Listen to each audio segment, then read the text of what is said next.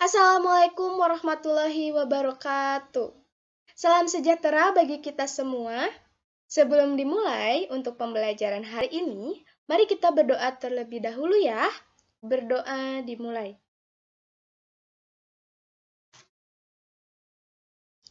Berdoa selesai. Selamat pagi anak-anak. Bagaimana kabar hari ini? Alhamdulillah ya, pada sehat. Terus Ibu tadi lihat ada apa? Udah pada rapih pakaiannya, udah pada cantik, udah pada ganteng. Alhamdulillah. Baik, di sini Ibu akan menjelaskan tentang apa itu sistem tanam paksa. Sebelum dimulai, mari kita nyanyikan lagu Maju Tak Gentar dulu ya, supaya pembelajaran hari ini semangat. Oke? Oke, kita mulai ya.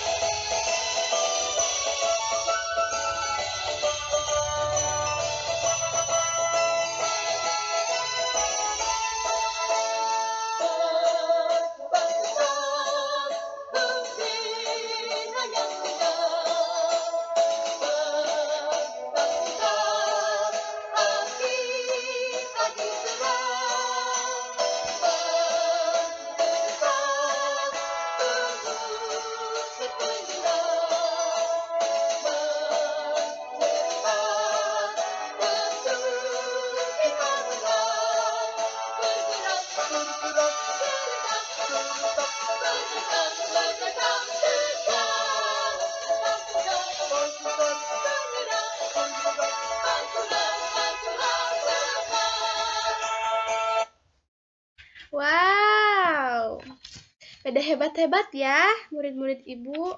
Alhamdulillah. Baik, di sini Ibu akan melanjutkan. Sebelumnya, anak-anak udah tahu belum ya? Apa itu sistem tanam paksa?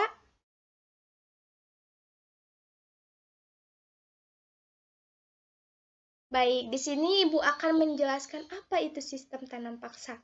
Tanam paksa itu berada pada 21 di masa penjajahan kolonial Belanda yang diduduki pada masa kepemimpinan Johannes van den Bosch pada tahun 1847. Tanah paksa adalah aturan di mana penjajahan Belanda di mana penduduk Indonesia harus menyediakan sebagian lahannya untuk ditanami tanaman produksi untuk kepentingan ekspor. Atau bila tidak, bagi mereka yang tidak memiliki tanah harus bekerja paksa di perkebunan milik Belanda. Bagaimana anak-anak? Apa sudah mengerti? Baik, Ibu akan lanjutkan. Nah, anak-anak Ibu yang pintar, bagaimana sudah mengerti apa itu tanah paksa? Baik, jika sudah mengerti, selanjutnya akan Ibu Dwi menjelaskan lebih dalam mengenai tanam paksa. Oke, Ibu pamit ya. Dadah. Baik, terima kasih kepada Ibu Priscilia. Nah, anak-anak, perkenalkan nama Ibu Dwi Linggar, bisa dipanggil Ibu Dwi. Ibu ingin bertanya kepada anak-anak sekalian, apakah sudah paham apa yang dimaksud dengan tanam paksa? Nah, jika sudah, Ibu akan menunjuk salah satu teman kalian, yaitu Randy. Coba Randy jelaskan, tahun berapa tanam paksa ini dilakukan? Dan pada kepemimpinan siapa tanam paksa ini dilakukan? Coba Randy jawab pertanyaan dari Ibu. Bagus Randy jawabannya dan tepat. Oke anak-anak, Ibu akan melanjutkan lagi tentang pembahasan tanam paksa ini. Nah, jadi anak-anak, penyimpangan-penyimpangan tanam paksa ini sangatlah banyak penyimpangannya, yaitu 1. Jatah tanah untuk tanaman ekspor melebihi 1/5 tanah garapan. apalagi jika tanahnya subur. Kedua, rakyat lebih banyak mencurahkan tenaganya untuk tanaman ekspor, sehingga tidak sempat untuk mengerjakan ladang sendiri. Ketiga, rakyat yang tidak memiliki tanah harus bekerja melebihi 1-5 tahun. Keempat, kegagalan panen tanaman wajib menjadi tanggung jawab rakyat atau petani. Sehingga pelaksanaan tanam paksa ternyata melebihi waktu. Tanam padi 3 bulan sebab tanaman perkebunan memerlukan perawatan terus-menerus. Dan yang kelima, setiap kelebihan hasil panen dari jumlah pajak yang harus dibayarkan dikembalikan kepada rakyat, ternyata tidak dikembalikan kepada rakyat selama itu. Jadi anak-anak, tentang penyimpangan-penyimpangan tanam paksa sangatlah tidak adil. Ya anak-anak, makanya bersyukur karena tidak ada di zaman kolonial Belanda pada zaman itu. Maka dari itu anak-anak yang ibu cintai, banyaklah bersyukur atas Tuhan yang telah diberikan kepada kita. Baik, ibu akan lanjutkan lagi. Selain penyimpangan-penyimpangan tanam paksa, kolonial Belanda membuat ketentuan-ketentuan tanah paksa juga, yaitu 1. Persetujuan-persetujuan akan diadakan dengan penduduk. Hal ini mereka menyediakan sebagian dari tanahnya untuk penanaman tanaman dagangan yang dapat dijual di pasar Eropa. Pemerintah akan melakukan persetujuan dengan penduduk agar menyediakan sebagiannya tanah untuk dipakai dalam sistem kultur sel-sel. Kedua, bagian dari tanah pertanian yang disediakan penduduk untuk tujuan tersebut tidak diperbolehkan melebihi 1/5 dari tanah pertanian yang dimiliki penduduk desa, yaitu bunyinya sudah jelas hanya 20% tanah rakyat yang akan digunakan untuk kultur sel-sel. Tetapi dalam praktek sesungguhnya sulit untuk dilaksanakan. Ketiga, pekerjaan yang diperlukan untuk menanam tanaman dagang tidak boleh melebihi pekerja yang diperlukan untuk menanam padi. Maksudnya, ketentuan di atas tentu baik yakin supaya petani tidak habis waktunya untuk menggarap kebun tanam paksanya dan masih cukup waktu untuk menggarap tanah-tanahnya sendiri. Nah, baik, sampai di sini Ibu ingin bertanya, apakah anak-anak sudah mengerti apa yang Ibu tadi sudah jelaskan? Baik, anak-anak, sampai di sini ada yang ingin ditanyakan? Baik, di sini Ibu hanya bisa menjelaskan tentang penyimpangan-penyimpangan tanah paksa dan ketentuan-ketentuan tanah paksa. Dan ketentuan tanah paksa ini baru setengahnya. Selanjutnya akan dijelaskan lagi oleh Ibu Putri. Untuk Ibu Putri, persilahkan. Baik anak-anak, materi selanjutnya akan Ibu sampaikan ya. Tapi sebelumnya, apakah ada yang ingin ditanyakan? Oh iya, siapa tadi yang mengacungkan tangan? Oh iya, Rina ya. Silakan Rina, apakah kamu ingin bertanya?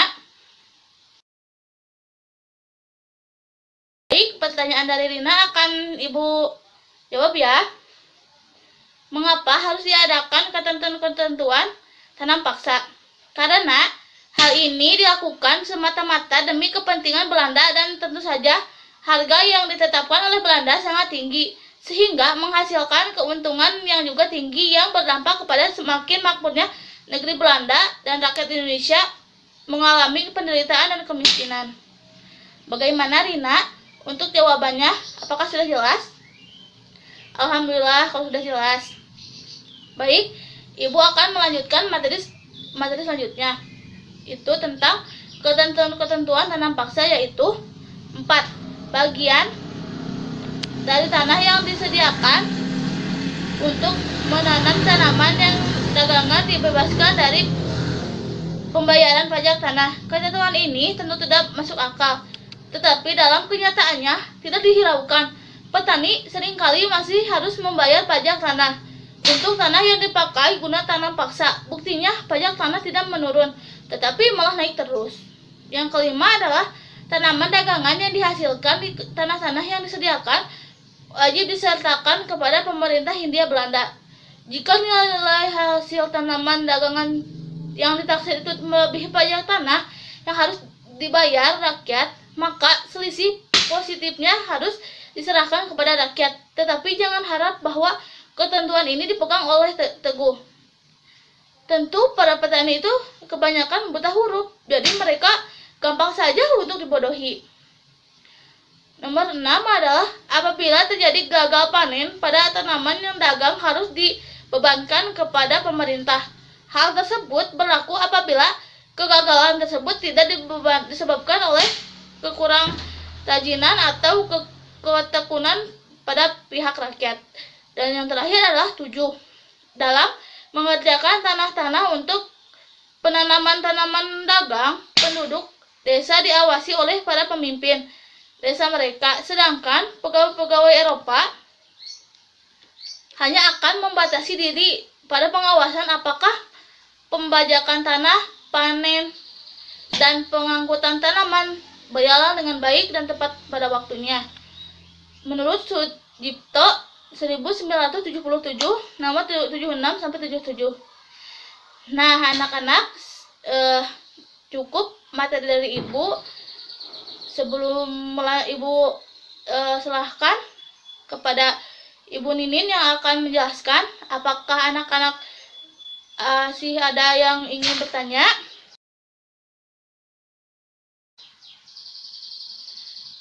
Oh, sudah cukup ya. Baik, kalau sudah cukup, Ibu akhiri saja penjelasannya, dan penjelasan selanjutnya akan dijelaskan oleh Ibu Ninin. Terima kasih anak-anak. Semangat ya untuk belajarnya. Dadah. Baik, terima kasih Ibu Putri yang telah memaparkan materinya. Halo anak-anak, perkenalkan nama Ibu Ninin Kurike R. Ibu sering dipanggil dengan Ibu Ninin. Nah, Ibu di sini akan menjelaskan dampak positif dan dampak negatif dari sistem tanam paksa. Sebelum Ibu melanjutkan materinya, Ibu mau menanyakan dulu nih, anak-anak tahu nggak nih apa itu dampak negatif dari sistem tanam paksa? Wah, belum pada tahu ya. Ya udah, Ibu jelaskan ya anak-anak. Dampak negatif dari sistem tanam paksa yaitu penderitaan fisik dan mental karena kerja terlalu keras. Jadi, pada masa itu anak-anak kerjanya itu terlalu keras, sehingga menyebabkan masyarakat pribumi itu mengalami penderitaan fisik dan mental. Yang kedua, yaitu pajak yang besar. Jadi, pajaknya itu sangat besar anak-anak, sehingga memberatkan bagi masyarakat pribumi untuk membayar pajak. Yang ketiga, pertanian lokal khususnya padi itu gagal panen. Kenapa Bu gagal panen? Karena pada masa itu, yang harusnya air buat mengisi padi, ini malah diairi ke ladang lain, yaitu ke tebu, ke cengkeh, dan lain sebagainya. Sehingga itu padinya anak-anak mengalami gagal panen. Yang keempat, kelaparan dan kematian ada di mana-mana. Nah, kegiatan tanam paksa ini menyebabkan kelaparan, kematian di mana-mana, dan wabah penyakit pun di mana-mana. Sehingga angka kematian Indonesia itu melonjak tajam. Bahaya kelaparan ini menimbulkan korban jiwa yang sangat mengerikan, yaitu di daerah Cirebon, daerah Demak, dan Grobogan. Hal ini mengakibatkan menurunnya jumlah penduduk di daerah itu, anak-anak. Selain itu, penyakit busung lapar juga terjadi di berbagai daerah. Selanjutnya, yang keberapa? Yang kelima ya, menurunnya penduduk di Indonesia. Nah, kalau yang kelima ini masih ada hubungannya dengan yang keempat. Jadi, karena masyarakat pribumi itu banyak yang meninggal, sehingga masyarakat pribumi itu jumlah penduduknya semakin sedikit, anak-anak. Nah, yang keenam, berkurangnya kepemilikan tanah petani yang dibagi dengan pemerintah Belanda. Jadi, masyarakat pribumi itu yang memiliki ladang yang luas, sawah yang luas, itu dibagi dua, anak-anak. Setengah buat masyarakat pribumi dan setengahnya lagi buat masyarakat Belanda. Selanjutnya yang ketujuh, terjadinya penyelewengan aturan-aturan tanam paksa yang pada akhirnya sangat menyengsarakan penduduk. Nah, yang kedelapan, pemberlakuannya kultur Protestan menambah beban bagi penduduk. Selanjutnya yang kesembilan, berkembangnya reaksi keras di Belanda sehingga Belanda mengeluarkan undang-undang agraria, yaitu pada tahun 1870 anak-anak. Yaitu yang ke-10, yang terakhir, Pemando juga mengeluarkan bahwa dampak kultur stelsel adalah cara hidup keluarga substansi secara berangsur-angsur mengalami perubahan ke arah matristik yang komersil anak-anak. Nah, itu dampak negatif dari sistem tanam paksa. Selanjutnya, Ibu akan menjelaskan dampak negatif dari sistem tanam paksa. Seperti biasa nih, sebelum Ibu melanjutkan ke materi buat sistem dampak positif, Ibu mau menanyakan dulu kepada anak-anak. Anak-anak tahu nggak nih apa itu dampak positif dari sistem tanam paksa? Wah, tidak tahu juga toh. Ya udah, Ibu jelaskan ya. Dampak positif dari sistem tanam paksa yaitu rakyat Indonesia mengenal teknik menanam berbagai jenis tanaman baru. Yang kedua, rakyat Indonesia mengenal tanaman dengan kualitas ekspor. Yang ketiga, rakyat mulai mengetahui penggunaan teknologi dalam pengelolaan pertanian. Nah, sebelum datangnya Belanda ke Indonesia, sebelum diterapkannya sistem tanam paksa, masyarakat pribumi itu tidak mengenal teknologi anak-anak dalam artian teknologi dalam pengelola pertanian. Nah, terus setelah Belanda datang ke Indonesia dan menerapkan sistem tanam paksa, masyarakat pribumi itu mengetahui mengetahui teknologi dalam pengolah pertanian. Yang keempat, perluasan jejaring jalan untuk kepentingan tanam paksa.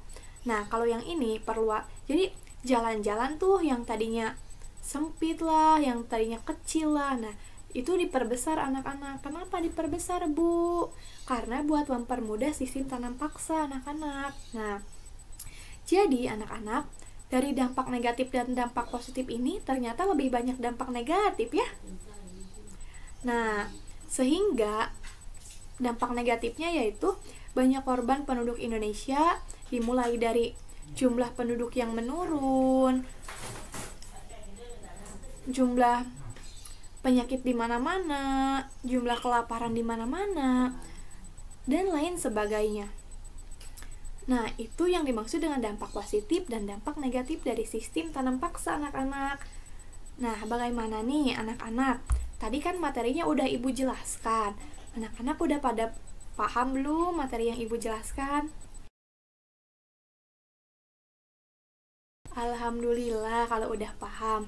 Nah, materi selanjutnya akan disampaikan oleh Ibu Hesti ya anak-anak. Sebelum Ibu menutup kelas hari ini, Ibu mau menanyakan lagi buat memastiin anak-anak udah pada ngerti kan materi yang Ibu sampaikan. Kalau nggak ada yang ngerti, boleh anak-anak tanyakan ke Ibu ya. Kalau udah ngerti, alhamdulillah anak-anak. Nah, itu saja materi yang Ibu sampaikan. Selanjutnya anak-anak bisa belajar sama Ibu Hesti ya. Wassalamualaikum warahmatullahi wabarakatuh. Tetap semangat anak-anakku. Assalamualaikum anak-anak Ibu. Gimana kabarnya? Alhamdulillah, semoga kita semua selalu diberikan kesehatan ya. Amin. Baik, sebelum Ibu lanjutkan, Ibu ingin bertanya, apakah kalian sudah mengerti apa itu tanam paksa? Bagus. Kalau gitu, Ibu ingin bertanya. Ibu tunjuk ya. Oke Dita. Coba Dita jelaskan apa itu tanam paksa.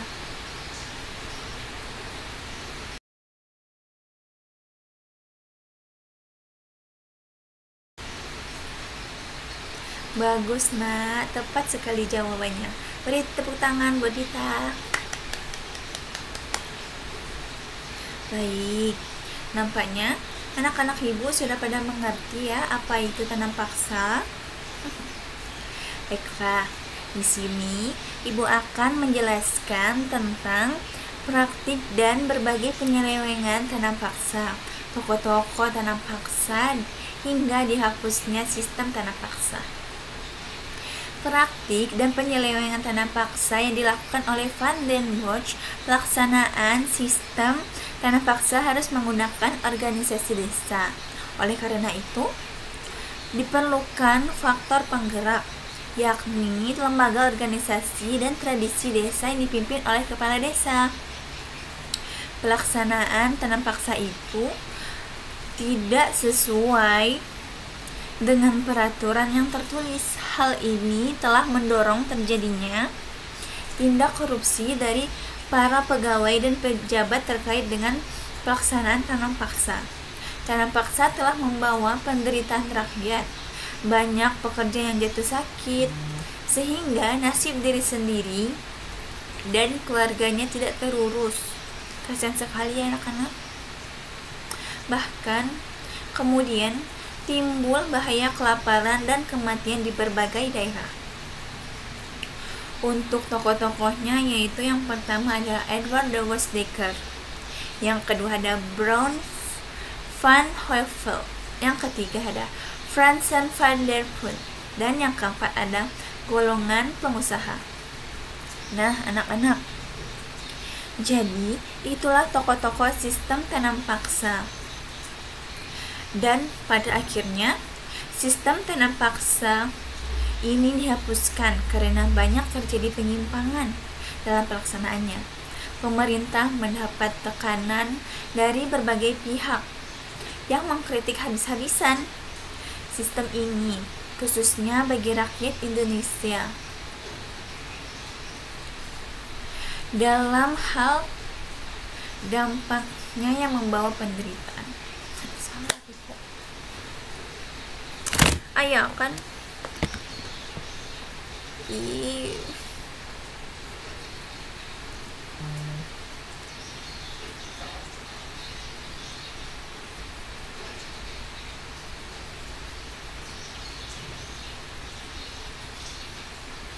Assalamualaikum anak-anak ibu, gimana kabarnya? Alhamdulillah, semoga kita semua selalu diberikan kesehatan ya, amin. Sebelum ibu lanjutkan, ibu ingin bertanya, apakah kalian sudah mengerti apa itu tanam paksa? Bagus, kalau gitu ibu ingin bertanya, ibu tunjuk ya. Siapa ya? Oke, Dita, coba jelaskan apa itu tanam paksa. Bagus, nak. Tepat sekali jawabannya. Beri tepuk tangan buat Dita.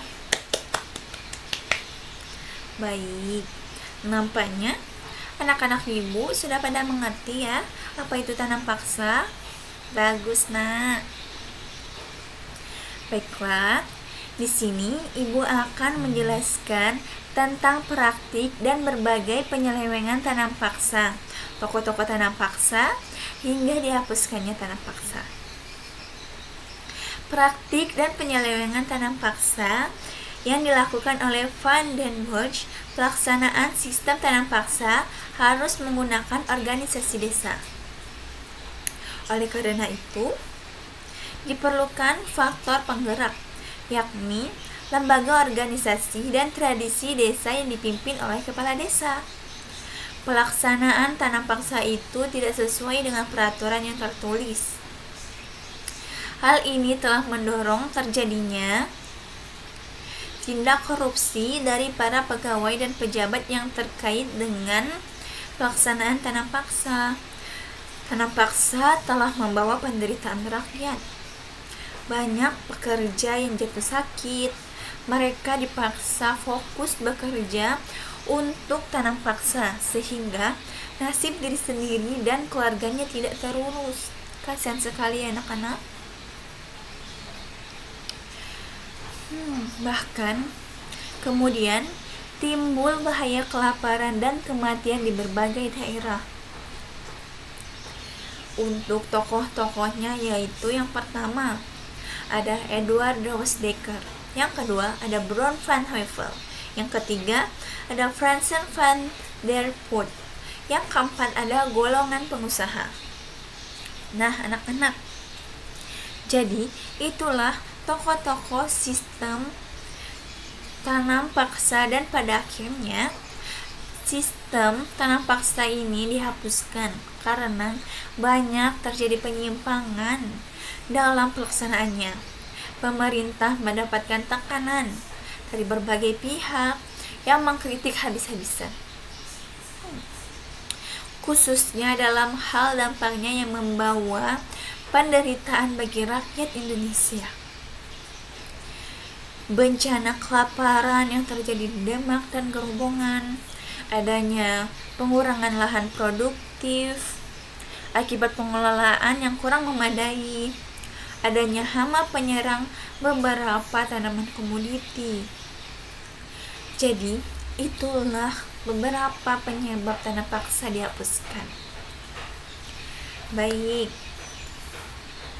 tidak terasa materi kita sudah sampai sini ya.